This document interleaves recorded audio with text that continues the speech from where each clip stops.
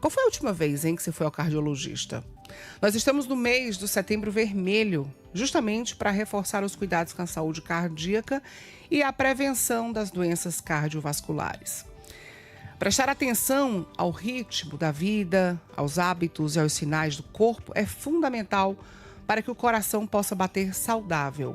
Esse mês de setembro ele foi escolhido para a campanha, pois no dia 29 a gente comemora o Dia Mundial do Coração, que é uma iniciativa criada no ano 2000, pela Federação Mundial do Coração com apoio das Nações Unidas. Mas a atenção à saúde do coração deve acontecer todos os dias do ano, a cada escolha que a gente faz, a cada acompanhamento médico, a cada exame, a cada consulta de rotina. Sobre esse assunto, nós vamos conversar agora com a médica angiologista Juliana Alfaia. Bom dia para você, Juliana. Bom dia, Dani. Tudo bem? Tudo Obrigada ótimo. pelo espaço para a gente conversar aqui sobre um tema tão relevante. Pois é, um tema super importante porque as doenças cardiovasculares, elas matam, né? E acabam sendo a principal causa de morte aqui no Brasil. Quais são as principais causas, hein, Juliana? Bom, hoje elas ultrapassaram as neoplasias, né? Os cânceres e AVCs, infartos, doenças arteriais, principalmente as tromboses arteriais, então são as mais prevalentes. Tem alguns eventos cardiovasculares menores, como os ataques isquêmicos transitórios, que é como se fosse um pequeno AVC, mas que não dura, né? São sintomas transitórios e que, na verdade, é um aviso, né? Que a gente deveria realmente procurar assistência e fazer o rastreio dos fatores de risco. Agora, quais são os principais fatores de risco? Hipertensão, diabetes, sedentarismo, obesidade, colesterol alto e, querendo ou não, o estresse do dia a dia acarreta eventos inflamatórios de baixo grau, que a longo prazo eles vão intercorrendo dentro da saúde dos vasos para acaba alterando todo o funcionamento da parede do vaso, levando aos entupimentos. A gente precisa ter cuidado com a alimentação, a gente precisa também fazer atividade física, porque isso é principal para que o coração ele trabalhe direito, não é? Sim, com certeza. Os fatores eles são iguais para todas as doenças cardiovasculares, tanto da parte cardíaca quanto da parte vascular periférica, né, da parte circulatória. Então, a gente precisa fazer o rastreio desses fatores de risco para poder fazer o controle e as atividades físicas, elas estão aí para isso, né? Esse combo, atividade física e alimentação é o básico bem feito. Todo mundo tem que fazer, não é específico para apenas um grupo de pessoas. A gente sempre fala da importância da atividade física, porque muita gente não gosta, né, de ir para academia, não gosta de fazer atividade física, mas é preciso pensar que se a gente não fizer agora, mais tarde, né, quem conseguir chegar na velhice, vai chegar na velhice de uma forma bem mais complicada, né, Juliana? Isso, eu costumo dizer para os meus pacientes que a gente tem que escolher a forma como a gente quer descer a ladeira, porque envelhecer é um fato. A forma como a gente vai envelhecer é o que muda todo o trajeto. Então, as escolhas que a gente faz hoje vão repercutir daqui a 20, 30 anos. Então, essa autonomia, ela nada mais é do que o fruto das nossas escolhas de hoje. E essas escolhas, muita gente pensa que a musculação, por exemplo, ela é enfadonha, muita gente procura fazer a caminhada ou procura fazer esteira, mas a musculação em si é o que vai dar resistência até para a gente conseguir se levantar na velhice. Muitos adultos, quando não conseguem, quando muitos idosos, quando tem a dificuldade, não tem a força do músculo de levantar, isso é porque lá atrás não foi feito o que deveria ter sido, né? Exatamente, o corpo ele vai se deteriorando, né? Então, conforme as décadas de vida vão sendo alcançadas, esse processo de envelhecimento, de perda de massa muscular, que nada mais é do que massa magra, ele vai acontecendo. Então, é nosso dever e nossa obrigação tomar estratégias como suplementação de proteínas, uma alimentação balanceada, a própria musculação, que a maioria das pessoas não gosta de fazer, mas não é uma questão de gosto, é uma questão de necessidade. Então, assim, manter esse nível de atividades físicas, tanto aeróbicas, que é o cardio, né? Natação, corrida, pedalada, beach tênis, futebol, tudo isso aí são exercícios cardiorrespiratórios. Mas a musculação é um exercício anaeróbico, é um exercício de fortalecimento e hipertrofia muscular. Então, um não substitui o outro. Só esclarecendo também, doutora Juliana, quem está ligando a televisão ou o rádio agora, a gente está conversando com a médica angiologista Juliana Alfaia. Estamos falando sobre as doenças cardiovasculares que mais matam e estamos falando sobre o Setembro Vermelho. E aí tem um ouvinte aqui se questionando, Setembro Vermelho ou Setembro Amarelo? A gente tem vários temas para falar durante todos os meses, né? Tem o Novembro Azul, tem o Outubro Rosa, tem o Fevereiro Lilás, eu acho. E temos o Setembro Amarelo, que fala da prevenção ao suicídio, mas também temos o Setembro Vermelho, que fala sobre as doenças cardiovasculares. Então, no mesmo mês, a gente fala de vários assuntos. E no caso das doenças do coração também, das doenças cardiovasculares, a gente fala sobre o Setembro Vermelho, né, Juliana? Exatamente. Querendo ou não, os dois andam de mãos dadas, né? Se a gente não tiver uma saúde mental também em dia, você não consegue levar a sua rotina diária, seus afazeres, as suas obrigações profissionais, né? Então, a atividade física, ela entra aí também como um importante aliado para combater as doenças mentais, que são tão prevalentes hoje em dia. Né? A gente sabe que o exercício existem trabalhos que falam que o exercício tem efeitos benéficos, porque libera uma série de hormônios e neurotransmissores que dão aquela sensação de bem-estar. Então, contribui as mesmas medidas que a gente toma para evitar as doenças cardiovasculares também servem para evitar ou controlar a saúde mental.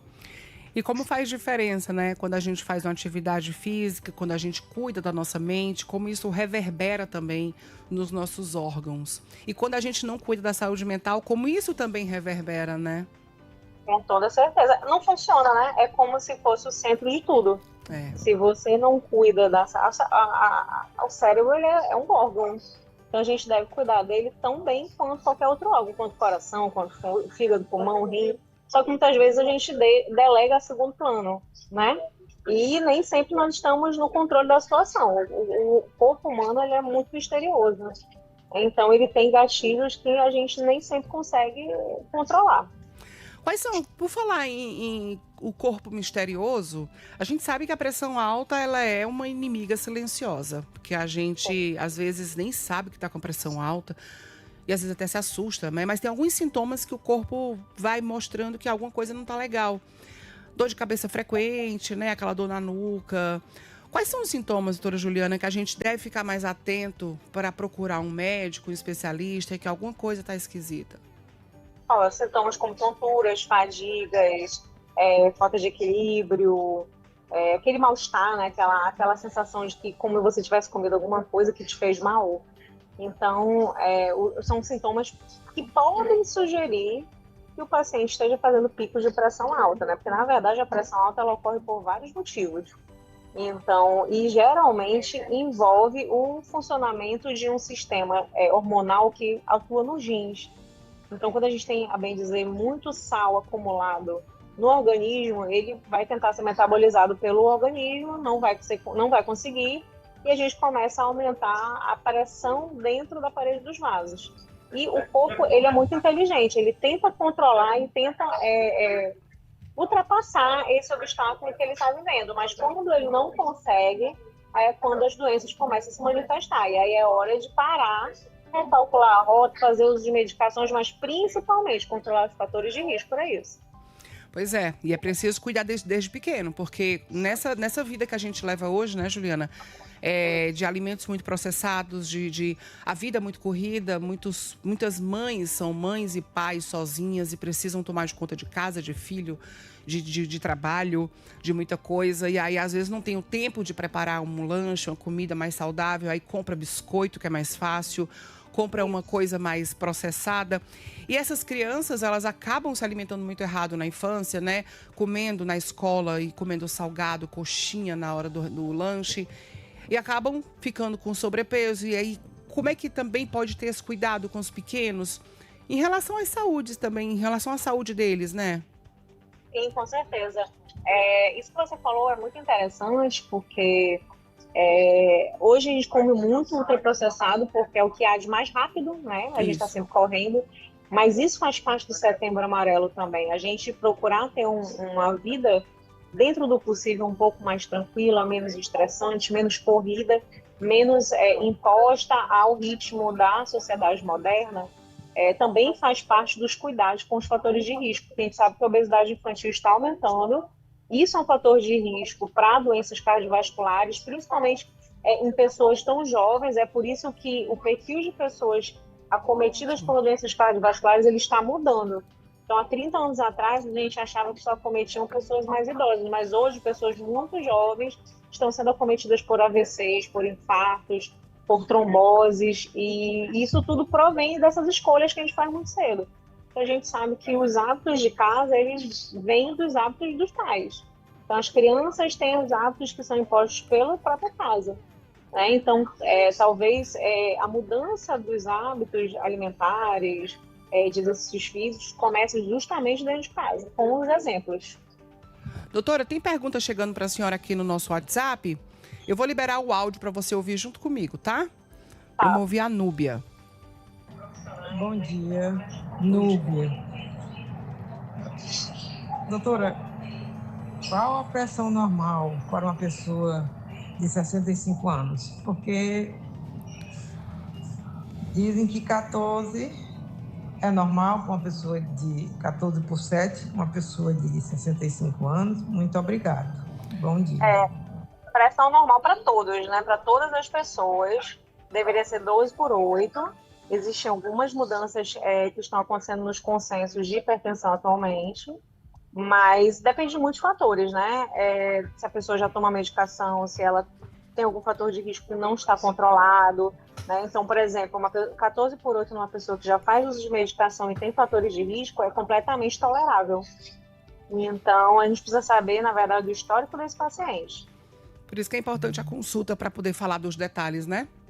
Exatamente, porque cada um tem que ser avaliado de uma forma individualizada.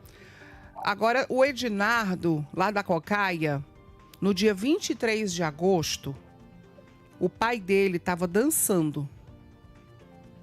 Peraí, eu sou Ednardo, aqui de Calcaia. No dia 23 de agosto, meu pai estava dançando e caiu morto já.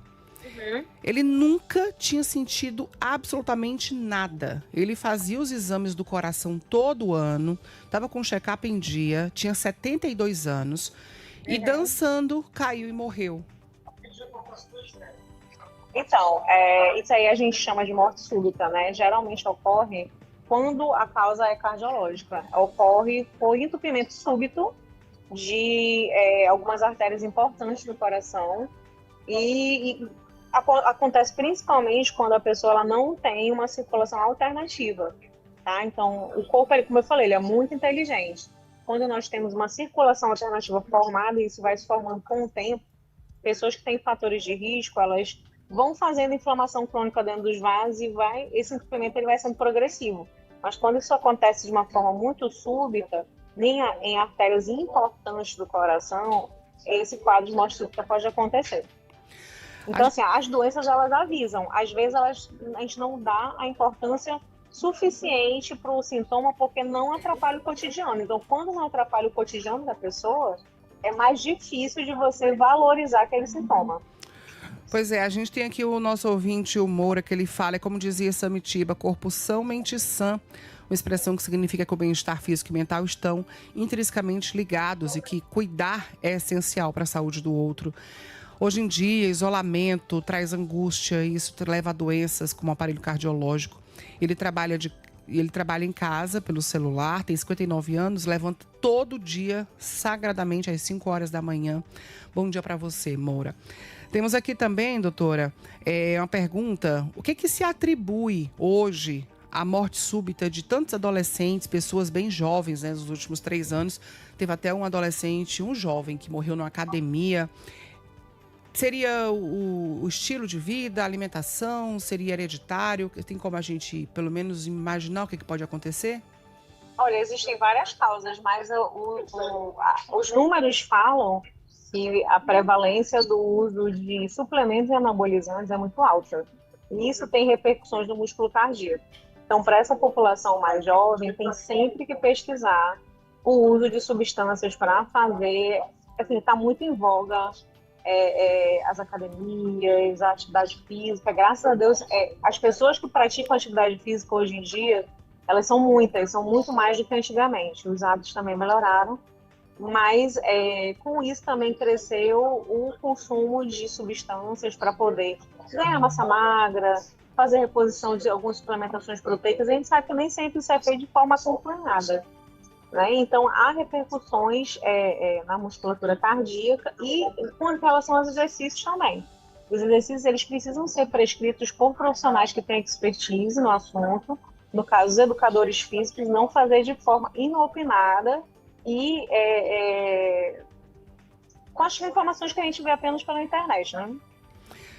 Bom, tem aqui o Lima, do José Walter. Gostaria de perguntar para a doutora Juliana se colesterol alto e triglicerídeos descompensados faz com que a pessoa acabe ficando hipertenso. Com toda certeza. O colesterol alto ele provém do excesso de gordura circulando no sangue. Isso faz uma inflamação crônica na parede do vaso e vai fazendo com que placas de gordura comecem a se formar. Então, uma vez que a parede do vaso vai ficando mais dura, ela vai ficando menos complacente, né? Ela fica menos elástica, digamos assim. Então, isso vai aumentando cada vez mais a tensão dentro do vaso e provocando a hipertensão. Perfeito. Bom, a gente fica então com esse Setembro Vermelho, que é além do Setembro Amarelo, nós também temos o Setembro Vermelho para falar sobre a importância do diagnóstico precoce, de procurar o atendimento, né? O atendimento médico com especialista. E se procura antes e se sabe alguma coisa antes, seja qual for o problema, é sempre mais sucesso no resultado, né, doutora? Perfeito, com certeza. Quando a gente pratica a prevenção, você evita o dano, a injúria ao órgão, né? Então, a gente tem sempre que procurar fazer a prevenção, seja através de medicamentos, seja através do estilo de vida. O principal é a mudança do estilo de vida, com imposição de rotinas, com uma alimentação dentro do possível mais balanceada, menos alimentos industrializados, mais alimentos que a gente precisa cozinhar e associado a uma rotina de atividades físicas, aí focando na longevidade. Então vamos nos cuidar, é preciso nos cuidar sempre e procurar sempre. Eu já estou me cuidando. Estou aqui na academia, já vou começar meus treinos. Muito bem, porque ela fala isso para os pacientes e não pode ser caso de Ferreira Espeto de Pau, não. Tem que fazer e tem que mostrar e provar que também está cuidando. Está cuidando da saúde mental e da saúde física, né, doutora Juliana? Verdade, com certeza. Pois bom treino para você, boa academia por aí, se cuide. E a gente agradece a participação, inclusive, dos nossos ouvintes. O Mesquita diz que tem 89 anos, fez bastante caminhada. É hipertenso, controlado, mas nunca fez academia. Mas pelo menos não tá parado, né, Mesquita? Tá caminhando, que é muito importante, fazer o coração bombear, né, doutora? Exatamente. Pelo menos tá melhor do que estar sedentária. É verdade. Obrigada, viu? Até a próxima, Juliana. Até a próxima.